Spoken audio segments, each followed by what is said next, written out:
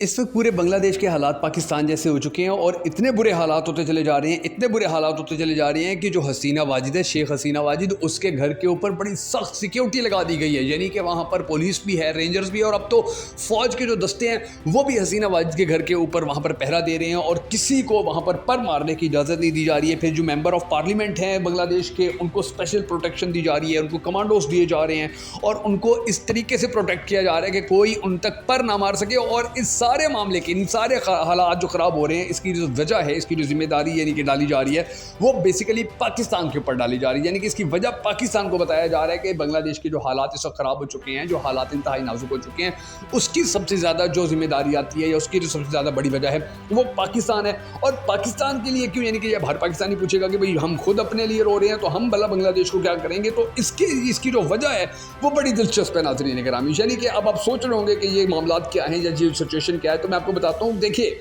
ये जो अब हालात इस वक्त बांग्लादेश के अंदर बने हुए हैं, ये सबसे ज़्यादा भारत के लिए ख़तरनाक हो चुके हैं। सबसे ज़्यादा चीन के लिए भी फिर मुश्किलात बढ़ रही हैं कि हसीना वाजिद जो है वो मुल्क को कहाँ लेकर जा रही है, अपने मुल्क को यानी कि किस तरफ लेकर जा रही है। अब मामलात क्या हुए, देखिए, अमेरिका ने बांग्लादेश को, बांग्लादेशी हुकूमत जो है उनको लेटर लिखा, उनको ख़त लिखा और उनको कहा कि जी ये जो आपके मुल्क के अंदर अब स्टूडेंट्स जो, क्योंकि वहाँ पर बेसिकली जो स्टूडेंट्स हैं वही एहतजाज कर रहे हैं, वही सबसे ज़्यादा सड़कों पर निकले हुए हैं, वही सबसे ज़्यादा हुकूमत के खिलाफ नारेबाजी कर रहे हैं, कह रहे हैं हुकूमत जो है वो या तो मुस्ताफ़ी हो जाए हुकूमत, या घर चली जाए, या इन्होंने जो फैसले लिए हुए हैं वो फैसले फौरी तौर के ऊपर वापस ले। अब वो जो स्टूडेंट्स एहतजाज कर रहे हैं, अब उस एहतजाज की भी बड़ी दिलचस्प वजह, उस एहतजाज की भी बड़ी ज़बरदस्त चीज़ यानी कि चीज़ें जो हैं वो सामने आ रही हैं। अब ये जो एहतजाज हो रहा था और हसीना वाजिद ने कितने स्टूडेंट्स जो हैं उनको मरवा दिया है, कितने को जेलों में फेंकवा दिया है, एहतजाज ज़्यादा शिद्दत अख्तियार करता जा रहा है, तो अमेरिका ने बांग्लादेशी हुकूमत को कहा कि आप ये जो मामलात चल रहे हैं, इन मामलात को पुरअमन तरीके से हल कीजिए। आप ये जो स्टूडेंट्स हैं इनको आप जिस तरीके से कत्ल कर रहे हैं, जिस तरीके से इनको जेलों में डाल रहे हैं, जिस तरीके से इनके ऊपर तशद्दुद कर रहे हैं, ये मामलात इस तरीके से मज़ीद ख़राब होंगे। आप अपने जो मुल्क के, यानी कि आप जो एक जमहूरी मुल्क है, तो जमहूरियत को आप कायम कीजिए, लोगों पे जुल्म और सितम ना कीजिए। तो हसीना वाजिद ने आगे से अमेरिका को जवाब दिया कि तुम जाके शीशे में अपनी शक्ल देखो, तुम लोग तो खुद अपने लीडरों को मारते फिरो। यानी कि अब देखिए, पिछले दिनों जो ट्रंप के ऊपर हमला हुआ तो उसका उन्होंने हवाला दिया कि तुम लोग तो अपने लीडरों को मारते फिर रहे हो, तुम हमें क्यों कह रहे हो, तुम हमें किस तरीके से कह सकते हो जी हम अपने मुल्क के हालात ठीक करें या हम अपने मुल्क के अंदर जमहूरियत लाएं। जमहूरियत लाने के चक्कर में तो तुमने मुल्क के बांग्लादेश के अलावा जितने भी इस्लामी मुल्क हैं उन सबका तुमने बेड़ा कर करके रख दिया है। जहाँ पर तुम देखते हो कि तुम्हारे खिलाफ कोई खड़ा हो जाता है, जहाँ तुम देखते हो कि कोई तुम्हारी बात नहीं मान रहा होता, तो उसको तुम उठवा के उसकी हुकूमत रजीम चेंज के जरिए चेंज करवा के, ख़त्म करवा के उसको तुम जेलों में डलवा देते हो, जेलों में फेंकवा देते हो। कितने मुसलमान लीडर हैं जिनको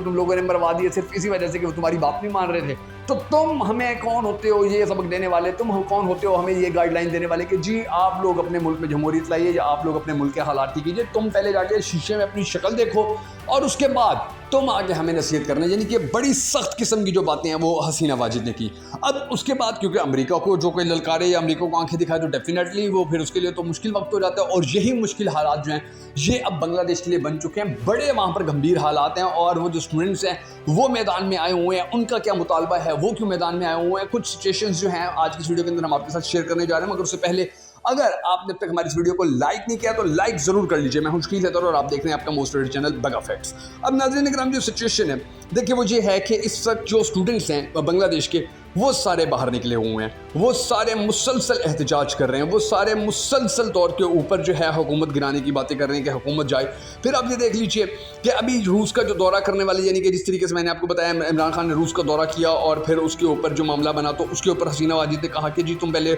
जो तुम्हें आंखें दिखाता है तुम उसके खिलाफ खड़े हो जाते हो, उनकी हुकूमतें गिरा देते हो रजीम चेंज के जरिए। अब बांग्लादेश की इकॉनमी जो है नाज़रीन गिरामी, मैं आपको बता दूं कि पिछले काफ़ी अर्से से तो आप ये खबरें सुन रहे थे कि बांग्लादेश की इकॉनमी बड़ी अच्छी चल रही है, मगर अब हालात उनकी जो इकॉनमी है उसके भी ज़रा दगर ख़राब हो गए, यानी ख़राब होते नज़र आ रहे हैं। IMF के पास जाने की तैयारी कर रही है हसीना वाजिद। मामलात इतने उनके ख़राब हो चुके हैं, स्टूडेंट्स जो हैं वो एहतजाज कर रहे हैं क्योंकि 1971 में यानी कि पाकिस्तान से आज़ादी की जो जंग हुई थी उस जंग के अंदर अब जिन लोगों ने पाकिस्तान के खिलाफ जंग लड़ी थी, अब वहाँ पर फैसला ये किया गया था उस वक्त जी उनकी जितनी नस्लें होंगी, जब तक बांग्लादेश बाकी रहेगा, 50% जो नौकरियों का कोटा होगा वो उन्हीं लोगों को दिया जाएगा। यानी कि उनकी नस्लों को, उनके पोतों को, पड़पोतों को दिया जाएगा कि जिन्होंने 1971 की जंग के अंदर पार्टिसिपेट किया था या कुर्बानियाँ दी थी या शहीद हो गए थे या मारे गए थे या जहन्नुम हासिल हो गए थे, जो भी हो गया था। अब ये एक कानून था 30% जो है एडमिशन यूनिवर्सिटीज़ के अंदर, स्कूलों के अंदर, कॉलेजेस के अंदर टॉप प्रायोरिटी के ऊपर उन्हीं लोगों को, यानी कि उनका कोटा 30% का था एडमिशन के हवाले से भी, ये इनको देना है, यानी कि कोई मेरिट वेरिट नहीं। यानी कि अगर इंजीनियर हैं और वहाँ पर 100 इंजीनियर जो हैं उन्होंने सरकारी नौकरी करनी है, तो जो टॉप के ऊपर जिसको नौकरी सबसे पहले मिलेगी, खुल्लम खुल्ला मिलेगी, किसी रुकावट के बगैर, रिश्वत के बगैर, सिफारिश के बगैर मिलेगी, वो लोग होंगे कि जिनके दादे ने, जिनके चाचे ने, जिनके मामे ने, जिनके फुफ्फे ने, जिनके बाप ने 1971 की जंग के अंदर पार्टिसिपेट किया था या हिस्सा लिया था। तो अब ये मामला जो थे, तो इन मामला के ऊपर जो हुकूमत के खिलाफ लोग खड़े हुए हैं, स्टूडेंट्स खड़े हुए हैं, वो कह रहे हैं ये क्या तमाशा लगाया हो, तमाशा बंद किया जाए। यानी कि हम इतनी मेहनत करते हैं, हम इतना आगे आते हैं, हम पैसा खर्च करके अपनी डिग्रियां लेते हैं और आगे से नौकरियां उनको मिल जाती हैं जो हमसे ज़्यादा नालायक भी होते हैं। बस हुआ ये कि जी उसके दादे ने या उसके चाचे ने या उसके मामे ने जो है वो 1971 की जंग के अंदर पार्टिसिपेट किया था और वहाँ पर जी वो लड़ता रहा था। तो स्टूडेंट इसी बात के ऊपर अब जो है बड़ा शदीद एहतजाज कर रहे हैं, बड़ा, यानी कि अब ये देख लीजिए, ये भी देखिए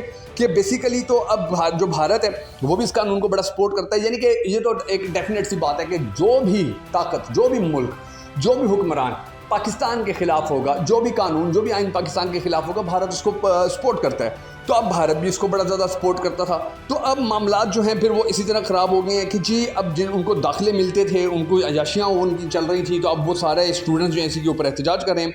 हसीना वाजिद ने फिर अपने मुखालफिन यानी कि जो एहतजाज कर रहे हैं उनके ऊपर उल्टा क्रैकडाउन कर दिया। तलबा कहते हैं कि जी कोटा सिस्टम ख़त्म करो, और इस चक्कर के अंदर यानी कि जो एहतजाज हो रहे हैं, ये जो रैलियाँ निकल रही हैं, अब तक कई स्टूडेंट्स, कई लोग जो हैं वो मारे जा चुके हैं। फ़ौज पूरे जो बांग्लादेश है उसके अंदर फैली हुई है, कमांडोज एक्टिव हैं, किसी भी वक्त वहाँ पर मार्शल लॉ लगने की बातें भी की जा रही है। 300 में, यानी कि अब देखिए जो हसीना वाजिद है उसकी बड़ी सियासत मजबूत है। यानी कि पिछले इलेक्शन के अंदर उसने 300 में से तकरीबन 2800 से ज़्यादा सीटें ली थी, और उससे पिछले इलेक्शन के अंदर उसने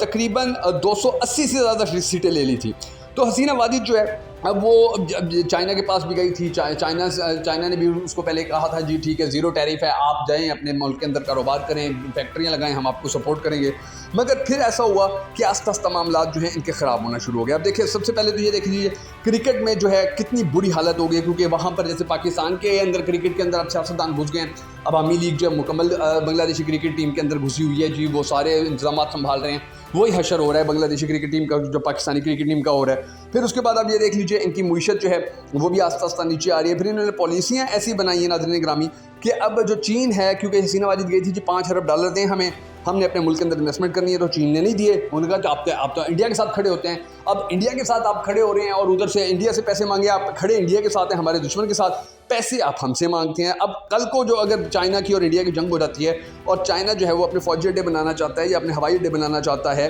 तो फिर वो कहाँ बनाएगा। यानी कि वो हसीना वाजिद को उन्होंने कहा कि आप फिर क्या करोगे, तो हसीना वाजिद के पास तो कोई जवाब नहीं था, क्योंकि वो तो दोनों तरफ से जो है वहाँ से भी लड्डू खाना चाहती थी, वहाँ से भी लड्डू खाना चाहती थी। तो चाइना ने फिर इनको 5 अरब डॉलर नहीं दिए, तो अब ये IMF के पास जा रही है। फिर आप ये देख लीजिए कि वहाँ पर स्टूडेंट्स जो हैं उनको नौकरियाँ नहीं मिल रही हैं, और हसीना वाजिद जो है वो ऊपर से ये धमकियाँ लगाती है स्टूडेंट्स को कि किसी एक को नहीं छोड़ूंगी, जो एहतजाज कर रहे हैं सबको जेलों में, सबको कैद करूंगी, सबके ऊपर मुकदमात होंगे। ये मामला जो हैं ये अब हमारे जो पड़ोसी मुल्क है, यानी कि जो हमसे टूटा हुआ मुल्क है बांग्लादेश, वहाँ पर ये हालात चल रहे हैं, और किसी किस्म की वहाँ की जो हुकूमत है वो उन एहतजाज करने वालों से कोई रियायत, यानी कि आप अगर ये कहते हैं ना कि पाकिस्तान के अंदर PTI या दूसरी सियासी जमातों के साथ जी बड़ा जुल्म होता रहा है और नौजवानों के साथ बड़ा जुल्म होता रहा है, मैं आपको यकीन दिलाता हूँ कि आप जाकर इस वक्त बांग्लादेश की जो वीडियोज़ आए हैं वो जाकर देख लीजिए, तस्वीरें सामने आ रही हैं, आप कानों को हाथ लगाएंगे कि कोई हुकूमत इतनी भी जालिम हो सकती है, कोई हुकूमत इतना भी जुल्म अपने लोगों पर, अपने स्टूडेंट्स के ऊपर कर सकती है कि जो जुल्म और जो बर्बरियत जो है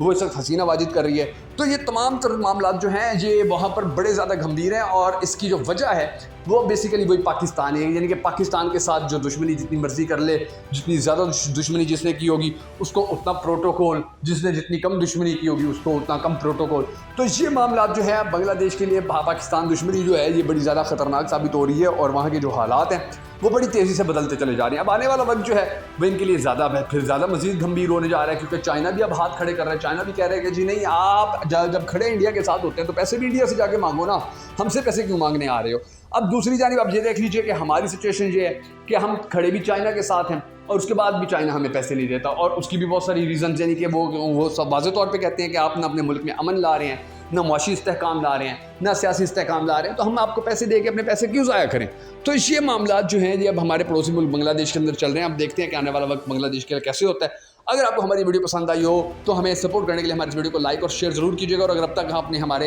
बगा फैक्ट्स चैनल को सब्सक्राइब फॉलो नहीं किया तो सब्सक्राइब और फॉलो भी जरूर कर लीजिएगा।